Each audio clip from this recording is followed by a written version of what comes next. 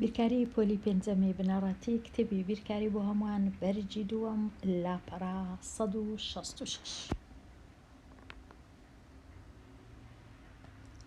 بابەتی کۆکردنەوە و لێدەرکردنی کەرتەکان. سۆما 2/3 پەرداخ ئاو و نیو پەرداخ نیسک، هەروەها نیو کەوچکی گەورە زەیت لەگەڵ یەک چارەک کەوچکی گەورە لیمۆی بەکارهێنا. بۆ ئامادەکردنی ژەمێک خوارد، یەکەم جار زەیت و لیمۆیەکەی تێکەڵ کرد. دەبوایە لێرە خاڵ هەبا، ئایا چەند کەوچکی پێکەوە تێکەڵ کردووە، واتە چونکە زەیتەکە نیو کەوچکە و لیمۆیەکەش چارێکەکە. ئێستا دەبی ئەمن نیو یەک چارێکی کۆبکەمەوە هەتا بزانم چەند کەوچک دەکا بە هەردووچیان. لەو کتێبەی لێرە شریتی کەرتەکان بەکار بهێنە بۆ کۆکردنەوە، واتە بە ڕێگەیەکە، بە ڕێگەی شریتی کەرتەکان. شریتی کەرتەکان ڕەنگە لە زۆربەی خوێندنگەکان هەبن، بەڵام ڕەنگە لە ماڵەوە شریتی کەرتەکانت نەبی خوێندکاری ژیر. ئەگەر بتەوێ دروستیکەی زۆر ئاسانە. ئێستا ڕوون دەکەمەوە کو شریتی کەرتەکان بە خۆت دروست دەکەی. یەکەم جار پارچە کاغەزێکی بینە، لاکێشەکی ئەوها دروستکە، بە کەیفی خۆت چەند سانتیمەتر بی. باشترین شت وایە لۆ ئاسانکاری 12 سانتیمەتر بی. 12 سانتیمەتر 8 دانەی لەو جۆرەی دروستکە، واتە 8 پارچە هەر یەکەی 12 سانتیمەتر. ئەوە چ دەنوێنێ؟ ژمارە 1 دەنوێنێ. یەک لەو پارچانە لایەکی دانێ، ڕەنگە چی بکە بزانە بە کەیفی خۆت چ ڕەنگە کردەوێ بۆ وێنە ڕەنگی سۆر. ئەوە کە ژمارە 1. ئێستا چەند ماوە؟ 9 پارچەت ما. یەک لەو پارچانە بینە بیکە 2 پارچە، واتە یەک لەو 12 سانتیمەترەی بینە بیکە 2 پارچە، 2 جێ هەر یەکەی دەویتە 6 سانتیمەتر. هەر یەک لەو پارچانە چ دەنوێنی؟ بە تەنێ هەر یەکەیان نیو دەنوێنی، 1 لەسەر 2. بە هەردووچیان کە کۆیان بکەمەوە دەکەنە یەکی تەواو. ئێستا 2 پارچە تەواو بوو لەو پارچانەی کە 12 سانتیمەتر. ئەو جارەی سێیەم پارچەی بینە، ئەو جارەی بیکە 3 بەشی یەکسان، کەواتە ئەو جارەی دەیکەنە 3 بەش. بێگومان ڕەنجیان بکە بە کەیفی خۆت، ڕەنگەکەت کو دەوێت. ئەو پارچانە هەر یەکەیان بە تەنیا چ دەنوێنن؟ 1 لەسەر 3. چونکە 12 سانتیمەترە کە دەیکەینە 3 بەش 12 دابەش 3، کەواتە هەر یەک لەو پارچانە دەکاتە 4 سانتیمەتر. ئەوە 3 پارچە ڕۆیشت. ئەو دیسان پارچەی کە دەینین لەو 12 سانتیمەتری دەیکەینە چەند بەش؟ دەیکەینە 4 بەش، واتە 12 دابەشی 4 دەکەین. هەر یەکە لەوانە دەکا 3 سانتیمەتر کە 1 لەسەر 4 دەنوێنن، چارێگەک. ئەوە 4 دانە ڕۆیشت. پێنجەم دانەی بینە کە 12 سانتیمە بیکە 5 بەشی یەکسان، کە دەیکەیە 5 بەش 12 دابەش 5 بێگومان تۆزە کەرتی دەکەویتە بینێ، بەڵام دەکاتە 12 دابەش 5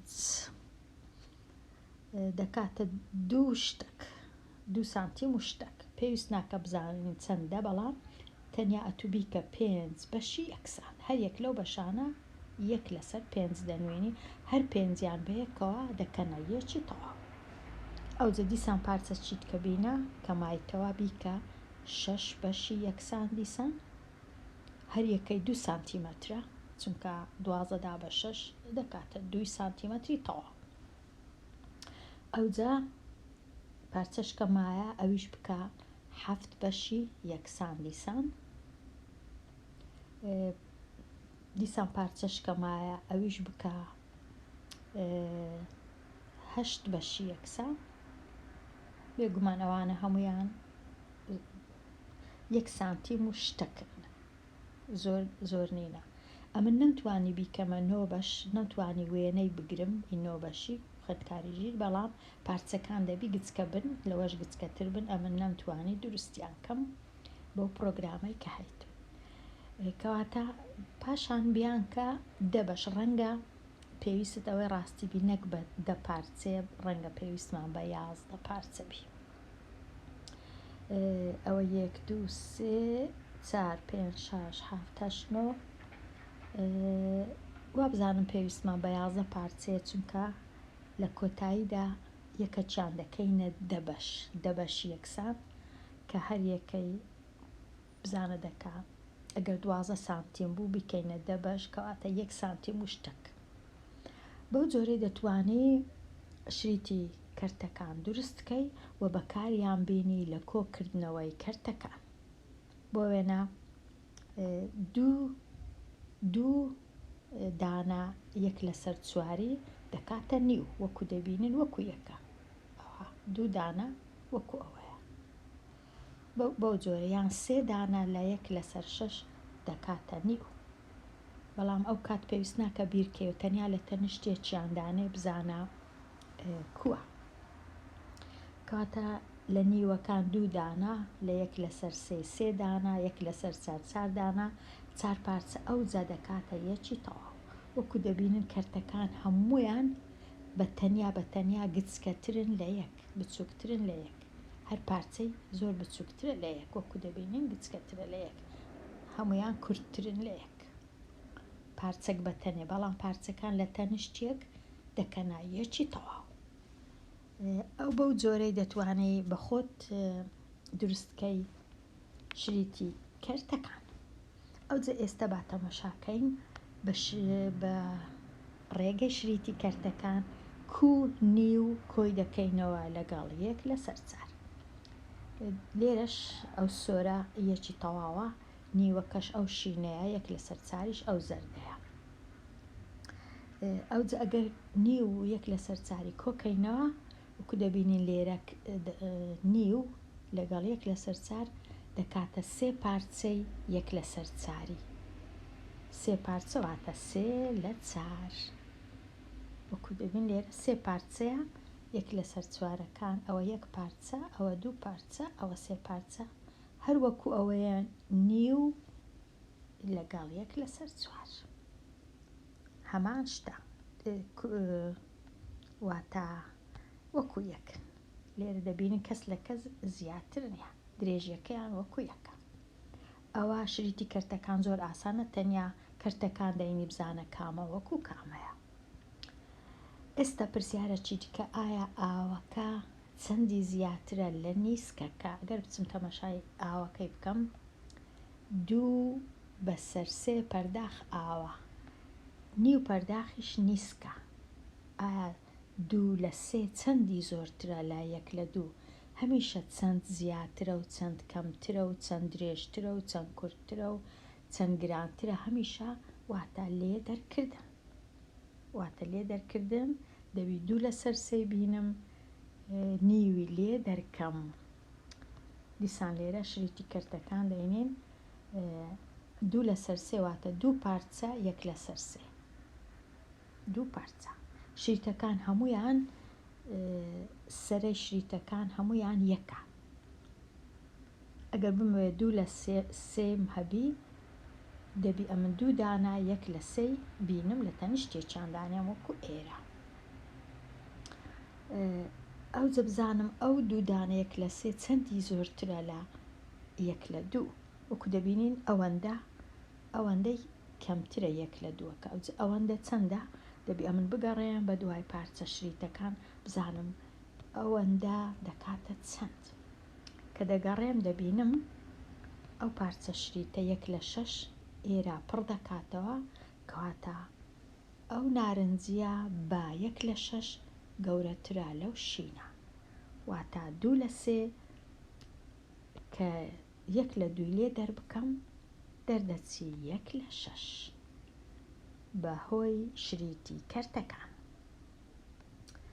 کەواتە بڕی ئاوەکە بە 1/6 پەرداخ لە بڕی نیسکەکە زیاترە.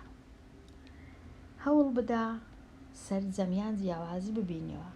ئەمن هەز دەکەم خوێندکاریژێر زۆر زەحمەتە بەو پرۆگرامانەی ئەمن هەیتم بتوانم شریتی کەرتەکان دروست بکەم و لەکن لە تەنیشتێکیاندانێم لەبەر هەندێ ئەمن دەچم بە ڕێگەی ئەو ڕێگەی کە هێشتا نەتخیندیە، بەڵام لە ئەوانەکانی دیکە ئەو ڕێگەی دەخینین، ئەویش ئەوەیە بە ڕێگەی ڕێکخستنی ژێرەکان. کەواتە ئەمن هەوڵ دەدەم بە ڕێگەی شریتی کەرتەکان شیکار نەکەم، چونکە زۆر زەحمەتە لۆ من، بەڵام شریتی کەرتەکە ئەگەر بە خۆت دروستکەی و لە تەنیشتێکیاندانەی زۆر ئاسانە، بەڵام ئەگەر ئەمن ڕوونی کەمەوە بەو پرۆگرامانەی کە هەیتم هەر ناکرێ، ناتوانم. لەبەر هەندێ ئێستا لێرە هەوڵ دەدەم بە ڕێکخستنی ژێرەکان ئەو پرسیارانە شیکار بکەم.